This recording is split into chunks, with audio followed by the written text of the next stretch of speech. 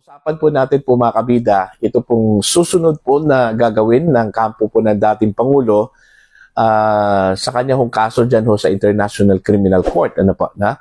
Tapos na po yung initial hearing, yung appearance po, kung saan po ay kinukunan na po siya ng kanya hong mga circumstances, yung information sa kanya hong pagkatao.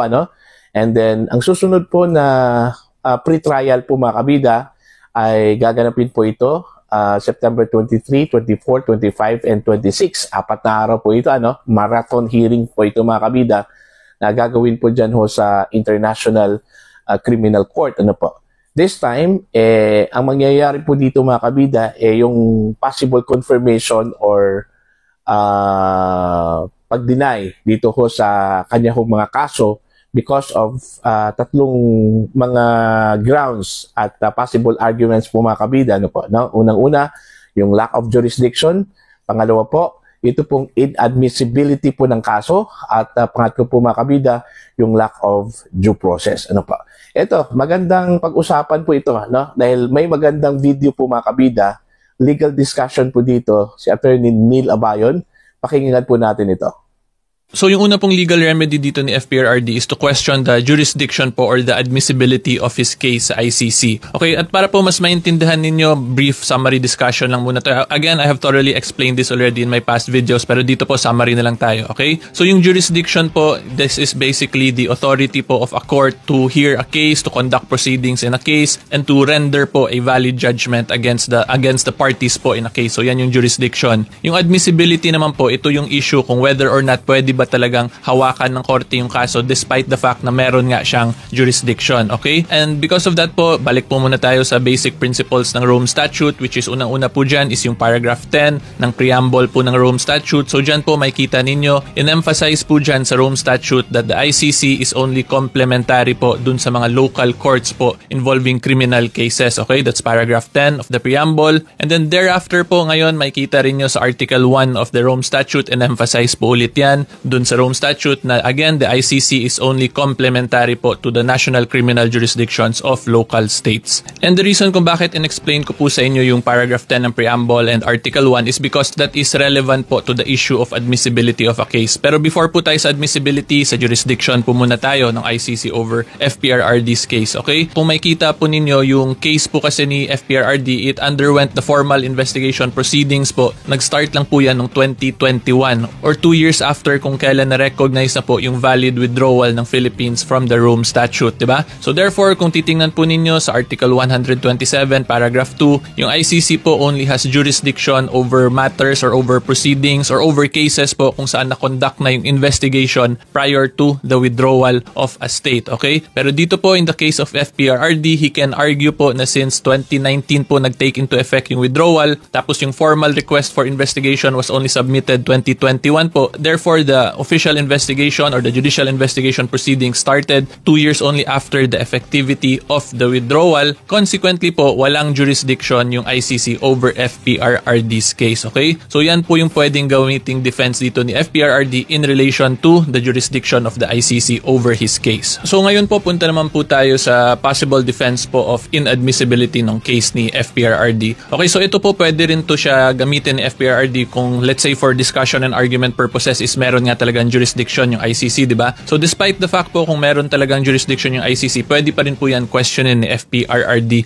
yung admissibility because again, the ICC nga po is a court that only complements local courts po. So dito po sa situation ni FPRRD, may kita po natin from the court records mismo ng ICC po 2021, di ba? Nag-start yung investigation. Therefore, during that time po 2021, FPRRD was still the President of the Republic of the Philippines because his term only ended po, di ba, noong 2022. Therefore, between the periods of 2021 to 2022, President Duterte still had what we call immunity from suit. So, hindi po talaga siya pwede kasuhan sa local courts natin. However po, from 2022 up to present, FPRRD is already a private citizen. Therefore, he no longer has what we call immunity from suit or presidential immunity. Tapos, wala na rin po siyang influence kung saan pwede po siyang maprotektahan ng justice system natin. Therefore, since FPRRD no longer has any influence or immunity from suit, at kung ako po tatanungin yung personal observation observation ko po, gumagana naman yung justice and judiciary natin, di ba? Kasi ako nga po personally, meron ako mga kasong hinahawakan eh. Therefore, pwede po i-argue ni FPRRD na dapat dito siya pinrosecute sa Philippines. Because again, we have to remember, ICC only complements local courts po. And since we have a functioning judiciary, we have a functioning justice system, and FPRRD no longer has immunity or influence to protect himself, di dapat po dito siya kinasuhan. And because of that, FPRRD can question the admissibility of his case dun sa ICC because of the principle of complementarity of the ICC to local courts. Tapos yung next pa pong pwedeng remedy dito ni FPRRD is pwede rin po niya questionin yung arrest na ginawa sa kanya. Because kung ako po tatanungin, yung observation ko po doon, yung professional assessment ko, there was really a clear violation po of the right to due process natin as provided po by Section 1 Article 3 of the Philippine Constitution, which states that no person shall be deprived of his right to life, liberty, or property without due process of law. Okay? So since there are possible due process lapses po in his arrest, pwede po yan ngayon questionin din ni FPRRD na hindi na-acquire ng ICC yung jurisdiction over his person dito sa kaso po niya. And I am fully aware po na there are also counter-arguments na yung Rome Statute does not apply, specifically Article 59 of the Rome Statute does not apply to the arrest of FPRRD, considering daw nag-withdraw na tayo. However po, we have to remember that there are also what we call principles of statutory construction, okay? At kung titingnan po ninyo sa Article 59 of the Rome Statute, ang ginamit pong term dyan is custodial state. Arrest po yan in custodial state, di ba? Minention lang po yung state party sa paragraph 1. However, from paragraph 2 to paragraph 7, lahat na po ng terms used was custodial state. Therefore, if we apply basic principles of statutory construction, we must give it its literal meaning. Meaning, pag custodial state nakalagay, we interpret it as a custodial state. Meaning, we have to interpret it as it is na yung term na custodial state, which means that it is the state that has custody over the person of the accused. And the reason kung bakit ganyan po yung mga basic principles of statutory construction natin, kung saan if the law is free from ambiguity, we must give it its literal meaning. Kasi ang presumption po kasi, alam ng mga authors ng batas yung ginagawa nila, di ba? Therefore, kung alam nila yung ginagawa nila, ibig sabihin, sinadya po talaga nila na custodial state yung term na gamitin. Kasi kung gusto po nila na member state, pwede naman po yan nila ilagay talaga. Pero instead of member state, ang nilagay po nila is the term custodial state. Therefore, we have to interpret it and give it its literal meaning na pag custodial state is custodial state lang siya, period, without correlating or commingling na dapat yung custodial state equals only to a state party or a state member, okay? And the reason kung bakit ganyan po yan, because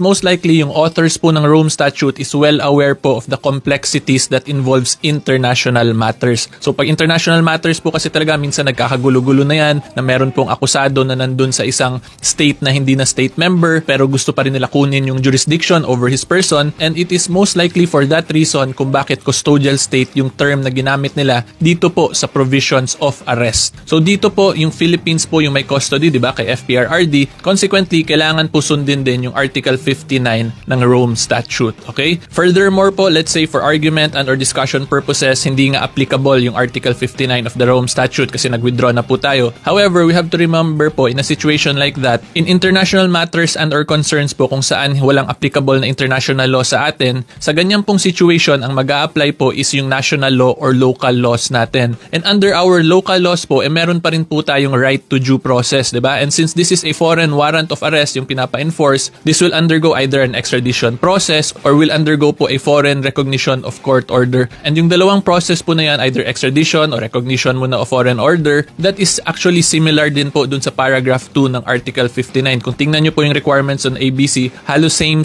lang po yung procedure din yan, diba? So therefore, may kita nyo po na yung sa Rome Statute itself, specifically Article 59, they really follow also and comply with the requirements of due process, okay? So again, ulitin ko lang po, regardless po kung Article 59 ng Rome Statute mag-apply or local laws natin, there is still the right to due process as provided in our Constitution that has to be followed po, regardless kung ano nga talagang batas ang nag-a-apply dun sa pag-aresto kay FPRRD. Ang next question naman po natin is kung kailan ba to dapat i-file ni FPRRD, dapat ba antayin pa niya yung September 23, 2025 na confirmation of charges. Hindi na po niya yan kailangan antayin. Nasa Rome Statute naman po yan during the pendency of the case is pwede na po siya niyan mag-file ng mga motions. So from the date po after the initial hearing up to September 2023, he can already file the appropriate pleadings and or motions po. So pwede po dyan is yung motion to dismiss on the ground of lack of jurisdiction or inadmissibility of the case. So yan po yung mga remedies na pwedeng i-file ni FPRRD FPRRD. And idagdag ko lang din po pala, yung isa pang remedy din na FPRRD dito is he can also apply for what we call